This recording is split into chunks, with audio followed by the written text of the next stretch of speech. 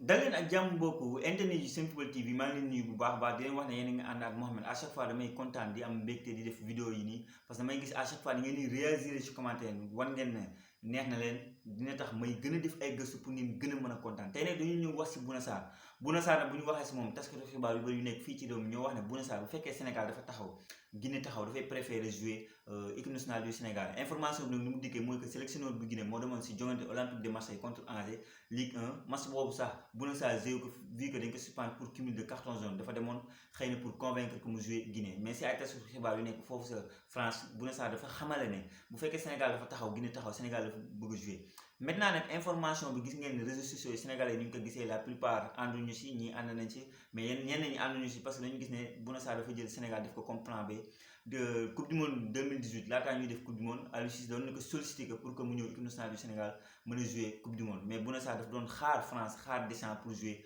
coupe du monde parce que saison boobu dafa doon saison bu baax a baax Europa League championnat def ay prestations yu baax vu que tamit année boobu aussi laata Pavard ñu koy xam année instant Pavard au niveau de Bundesliga Stuttgart def woon match yu baax Monaco c'était pas ça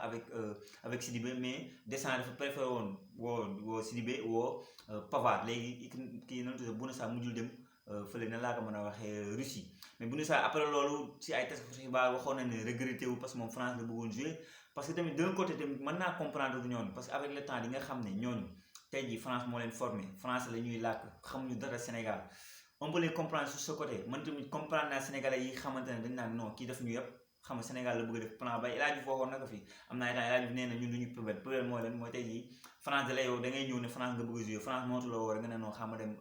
sama équipe nationale africaine que ça soit Sénégal que ça soit Cameroun ak yeneen dëkk yi. maintenant nag même Diomaye sur ce point avancé na si parce que Diomaye da ngay gis ne Mbaye Niang laataa muy ñëw équipe nationale du Sénégal daf ne kii daf ñu yëpp kii buñ ko mës a woo équipe nationale du Sénégal mais après dafa comprendre ne c'était pas évident xam nga soit entre France nga bëgg a jouer wala kii nga bëgg a jouer c'est pas évident moo tax après ça dafa comprendre Mbaye Niang léegi nag sénégalais yi di réagir ne non soxla ñu ko dafa xarab le ndax moo gën a aay suñu latéral man nag dinaa ñu wax sama xalaat ak sama gis-gis bu gàtt ndax Bouna Sarr moo gën a aay suñu latéral yi fi ne Youssouf Sabaly Moussa Wagué ak Gassama wala sax Ibrahima Mbaye mi nekk fële sa Serie A bu leen léegi nag Bouna Sarr ñu jël latéral par latéral lan la am ban potentiel la am ak lan la parce que man du mën a je suis bien placé de mais Olympique de Marseille la force bu ma bëggee football Marseille moo tax parce que du ma raté benn match Marseille ni may seraanee Liverpool du ma raté benn match Liverpool Marseille moom du ma ko raté mu parce que depuis à bas âge ba Marseille laa mas a faral bi ma nekkee xale ba tey Marseille seen match mënu ma ko raté man du ma ko mas a raté pour ñi xam ne xamuñu pour vous dire que juste que ne Bouna Sarr xam naa bu muy jógee match nag Bouna Sarr Bielsa moo ko andi Olympique de Marseille Bielsa bu ngi soog andi Olympique de Marseille dama rappelle conférence de presse parce que man damay sànni conférence à chaque fois Bielsa dañ ne ko mais lan lay doyee joueur bii nii joueur bu mel ni ku xamante ne day dribble Bouna Sarr dama rappelle bu muy soog a jógee match amul woon ay bi yu bëri di amul woon ay passes décisives yu bëri te football léegi dañuy gis ne buñ lay laataa ñu lay jënd statistique day baax bii kenn soxlatul nga mën a dribble kese da ngay dugal ay bi yu bëri mais gisoon naa ne mën woon dégg mu wax ne Bouna Sarr bu ko toggee mu ñor mën na nekk joueur bu complet Bielsa nag pour ñi ko xamul c'est un grand entraîneur mën nañu wax ne Guardiola si moom lay inspiré wu joueur tiki taka passanto si moom la ko inspiré wu te def na wane na ko Atlético Bilbao wane na ko Olympique de Marseille Bielsa nag demoon na ba ne sax mën na ko préféré jouer mën na ko jouer au milieu de terrain je me rappelle benn jongante Olympique de Marseille Juventus match amical Pogba joué na ko jël na ko yóbbu si milieu de terrain pour vous dire que ne amoon na xalaat ne Bouna Sarr waroon na àgg à un niveau joueurs yëpp nag duñu àgg à un certain niveau Bouna Sarr mosul confirmer ailier la c'est un joueur bu xamante ne mën a percuter mën a dribbler mais mosul carrément jël imposé wu Olympique de Marseille ba Rudi Garcia ni mu fa ñëwee Rudi Garcia nag bi mu fa ñëwee moo changé jeu yóbbu ko def ko latéral mais nekk woon latéral ailier la daan joué mais jeu dafa bëri woon ay déchets maanaam passe réussi yi da ngay ree ba tas centre yenn saa yi xam noonu la demee maintenant nag Bouna Sarr dafa progressé année bi mu progressé mooy année bi mu leen wax sànq mooy année bi xamante ne Olympique de Marseille dafa dem ba final xam nga bu mu demee ba final Bouna Sarr a fait un saison extraordinaire saison bu baax a baax ba taxoon sax Aliou Cissé def si xelam léegi ñun suñu latéral yi man dama gis ne équipe nationale du Sénégal suñu latéral Moussa Wagué Gassama ak Sabaly instant c'est difficile vu que compétition bi mujj Aliou Cissé mu ngi ko teg nan laa ko wax latéral gauche man si sama xalaat ak sama gis-gis bu gàtt bu fekkee Bouna Sarr dafa taxaw kii taxaw ñu woo Bouna Sarr kii taxaw Youssouf Sabaly ñu am latéral gauche bu baax je préfère ñu jël Sabaly teg maintenant nag bu fekkee dama dem si Aliou Cissé ni muy convaincre temps yi ni muy woowee joueurs yi ak ni muy teg Sabaly lay teg je préfère Bouna Sarr si damay wax nag si sama xalaat rek Bouna Sarr lan la am loo xamante ne ñun soxla nañ ko mooy que des déséquilibrés défense man damay déglu Bielsa mu ne loolu la xam nga dafa mën a déséquilibrer défense moo tax mu teg mu naan ko teg milieu terrain mën na ñëw bëtt jaxase défense c'est des joueurs yu xamante ne moo ils sont difficiles à cerner man yenn saa yi Bouna Sarr dama naan kii bëgguma ñu teg parce que day xam nga day tàngaloo sa xol ka ni mu mën a def lu baax def lu extraordinaire noonu la mën a def lu xamante ne da ngay ree ba tas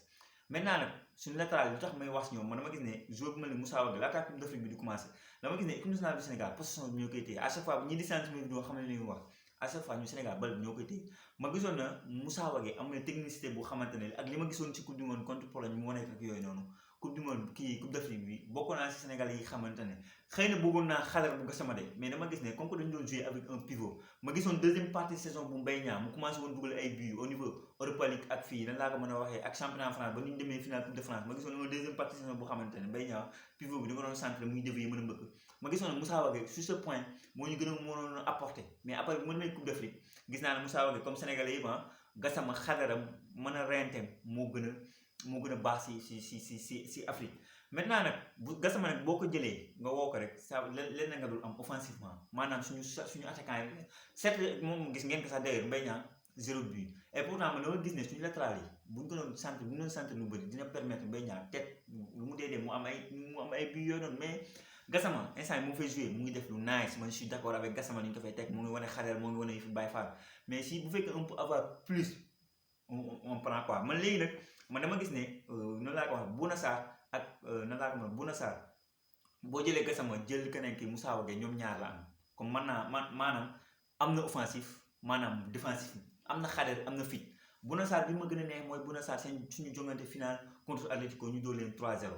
match boobu la boo ko xoolee Bouna Sarr dafa wane fit dafa wane fukk dafa wane faalewu ma dara te man tout le temps joueurs yooyu dañ ma ne joueurs yi xamante dañuy ñëw jàkkaarloo nii ki ne man saa yi sama yoon new si kii taxaw si man xaw ma nax mooy Ramos xaw ma nax mooy kan man sama yoon new si damay ñëw damay jàkkaarloo moom dama koy dribble Marcelo la keneen ak keneen joueurs yooyu dañ ma ne joueurs yu xamante ne dañuy andi benn fulgurance ne damay joxe benn exemple suñu jongante final Coupe d'Afrique bi weesu yéen a ngi fàttali ko le latéral lu baax li ñu fi def je ne parle pas de Sabaly qui a fait un grand match boobu noonu au niveau de latéral gauche mu def mais suñu latéral droit bi Gassama loolu leen fàttali ko final lu mu ñu apporté man nag je pense sur ce match par exemple un Bouna Sarr mën na déséquilibrer défense jaaxal défense bi apporter ñu quelque chose je dis pas que moom la ñu war a teg mais man ma gis ne am na xarit maanaam wex na xat comme Gassama li mu am noonu wax na xëy na amul doole bu Gassama mais wax na xat boo ñëwee défensivement xam nga certes mënul défendre du mu leen wax ne mooy Marcelo du mu leen wax ne mooy xam nga keneen ak keneen du mooy Alba mais défendre mën na ko offensivement mën na la apporter donc c'est un mix de Gassama et de Wagué léegi nag problème bi mooy lan football mondial tey jii boo tegee Moussa Wagué par exemple nga teg Gassama nga teg leen si mercato bi ñëpp xam nañ ne Wagué lañ gën a soxla vu que ne Valence sax mu ngi koy laaj gis ngeen Wagué amical li mu wane contre Napoli gis ngeen Wagué li mu wane contre Ligue des Champions contre Inter de Milan ça veut dire que am na potentiel am na talent Barça bu ñëwee n'importe qui ñu jënd la noonu di la teg sa si groupe boobu di yaakaar ci yow ça veut dire que Moussa Wagué a quelque chose mais Moussa Wagué dafa gën a muscler son jeu Moussa Wagué dafa soxla na lu tuuti sax temps de jeu Bouna Sarr am na 27 ans am na expérience man Gassama du mu ne je suis un peu déçu parce que comme ni ma leen ko waxee Gassama dama ko teel a xam bu muy soog a ñëw Lyon di teel a jouer je me rappelle un match Olympique de Marseille nan laa ko mën a waxee Olympique Lyonnais match boobu waxoon na xat ci Mamadou Niang da doon daw Moussa Wagué parce que mu naan Moussa Wagué autant pour moi Gassama fu mu daw mu topp ko mais gisoon naa ne Gassama depuis bi mu nekkee Lyon jaar Lorient gisuma fi progression boobu noonu lan la man ñëw équipe nationale du Sénégal wane xadar mu mbëkkante doole léegi nag si bu fekkee mën nañu am benn latéral bu xamante ne mën nañu apporter un plus offensivement pourquoi pas prendre parce que damay xool jëngante yi mujj contre Eswatini contre Congo gisuma apporte franchement suñu latéral Moussa Wagué lu mu ñëw kii Gassama autant pour moi lu mu ñu apporter léegi nag bu fekkee Sabaly nag day ñëw là y a problème bu fekkee Sabaly moo ñëw man je préfère Sabaly parce que Sabaly xam nga boo gisee kii na laa ko mën a waxee Bouna Sarr Olympique de Marseille sax du fa titulaire de Sakaay mooy titulaire bi man en tant que supporter Sakaay ak Bouna Sarr je préfère Sakaay mais actuellement nii à l'heure instant je préfère plus Bouna Sarr parce que am na fooy toll Bouna Sarr am na yenn match yu xamante ne Bouna Sarr ngay gën a soxla bu équipe yi xam ne dañuy taxaw caru doo soxla benn Sakaay bu xamante ne day jouer pesé xam nga soxla mu mel ni fii équipe nationale du Sénégal y a des matchs yu xamante ne je préfère benn Moussa Wagué que Gassama bu fekkee ñu ñooy téye bal bi kenn dominé ñu ñëwaat position bi soxla ma ko mën a défendre soxla ma ko mën a reyante Bouna Sarr nag si match yooyu baax na bu fekkee nag Sabaly dañu am latéral gauche bu normal Sabaly ñëw mën nañu jël Sabaly man Sabaly nag c'est un guerrier c'est un joueur boo xamante c'est un joueur de devoir te ñu bëri dañoo yaakaaroon ne reyante rek la man wane nañu Coupe d'Afrique bi offensivement dafay apporter Bouna Sarr nag bu ñu demee nag bay xalaat ne war na mën a jouer équipe de France ça veut dire que il a quelque chose il a du potentiel am na 27 ans du xale bu ñëwee te man dama naan supporter lu ñu mer bu ñëwee si terrain wan ñu li mu mën bégal ñu ñëpp ay fàtte loolu damay jël ñaari exemple yu simple premier exemple bi mooy Mbaye Niang laata mu ñëw équipe nationale du Sénégal man bokkoon naa si wax ne mooy Mbaye Niang mi daf ñu yëpp kon Diomaye li mu waxoon rek Diomaye ne waaye mais kii buñ ko mos a woo équipe nationale du Sénégal kii France la bëggoon jouer nenam toog France bu kenn woo mais bu mu ñëwee suñu jongante contre Cap-Vert ñëpp la mettre d'accord ñëpp fàtte nañ loolu ku instant loolu commencé débat ndax Mbaye Niang bëgg na jouer Sénégal nekkatul débat kii nag beneen exemple bu xamante ne mën naa ko joxee mooy Neymar dafa taxaw ñëpp di nga dégg mu ne fa la bëgg a jouer dafa bëgg a jouer Paris Saint-Germain mais supporter Paris premier match seen jóg fii premier match bu mu jouer contre Strasbourg mais dañ ko siffler yu métti wuu ko mais ñëpp tas maa ngi fàttali ko spécialiste foot yi nekk foofu sa France ñëpp dañu waxoon ne ñii kii ba Neymar bu commencé dugal ñoom ñëpp dañuy fàtte tàccu la ñuy def dañ naan kii mooy le meilleur joueur fàtte ne instant comme mooy ban parisien moo sañ taxaw Parc des Princes di siffler Neymar parce que instant mu ngi lay bégal li nga soxla si terrain bi parce que affaire yi intérêt la bu fekkee Bouna Sarr bu ñu ko wéy équipe nationale du Sénégal mën nañu apporter man je prends xam nga je prends peut-être boobaa sax sénégalais yi di commentaire yëpp si réseaux sociaux yi te man comprendre naa leen bu baax a baax parce que Sénégal lu poubelle quoi ñun suñu dëkk la ñu am suñu dëkk la ñu fonk te ñun am nañu ay latéral yu baax Bouna Sarr mu ñëw man gëm naa duñ ko yëg bu ñëwee mais bu fekkee mën nañu apporter je prends mais bu ñëwul tamit gisuma ne yàqal nañu dara vu que ñu dem nañu ko sans Bouna Sarr dem nañu coupe du monde sans Bouna Sarr dem nañu finale coupe d'Afrique kon Bouna Sarr bu ñëwee bu fekkee mën nañu apporter plus on prend parce que dama gis ne Bouna Sarr am na loo xamante yeneen latéral amuñu ko mooy que déjà polyvalence mooy que am na match fu muy toll au lieu ngay génn benn Ismaïla Sarr wala benn leneen mën nga fa bàyyi Ismaïla Sarr mu nekk ailier wala bu fekkee latéral bi dafa blessé moom mu yéeg devant parce que offensivement mën na la apporter t'as pas besoin ngay jël beneen ailier di ko dugal Bouna Sarr mën na la andil loolu noonu te comme ni mu leen waxee position bi ñoo koy téye loolu moo tax Bouna Sarr man gis naa ne équipe nationale du Sénégal mën nañu apporter léegi donc mbokk yi vidéo yi maa ngi woon mu def 10 minutes mais xam naa ne moo continuer di wax si Bouna Sarr y a tellement de choses yu xamante ne bëgg naa ko wax mënul xaj ci vidéo bi donc dama leen wax si commentaire wax leen seen xalaat ak seen gis-gis si Bouna Sarr ndax Aliou Cissé dafa war a bàyyi latéral yi muy woo Ibrahima mu may sens Moussa Wagué Gassama wala Ibrahima Mbaye mi nekk bu leen wala Bouna Sarr dañ ko war a may si équipe nationale du Sénégal mu ñëw ñu convaincre que mu apporter ñu dara bu fekkee gis ngeen ne Bouna Sarr am na lu ñu mën a apporter dans le jeu wala si équipe nationale du Sénégal en commentaire wax leen que di leen wax ne suñu compte Instagram ñëwaat na xam nga mu ngi foofu seen football TV officiel seen football TV officiel ñu ngi fa am 22 000 abonnés di leen wax ngeen dem foofu di abonné bu baax a baax ay vidéo yu neex dina fa ñëw foofu tamit ak seen football plus suñu deuxième chaîne xam nga ngeen dem foofu di abonné di leen sant di leen gërëm di leen wax ba beneen sur seen football TV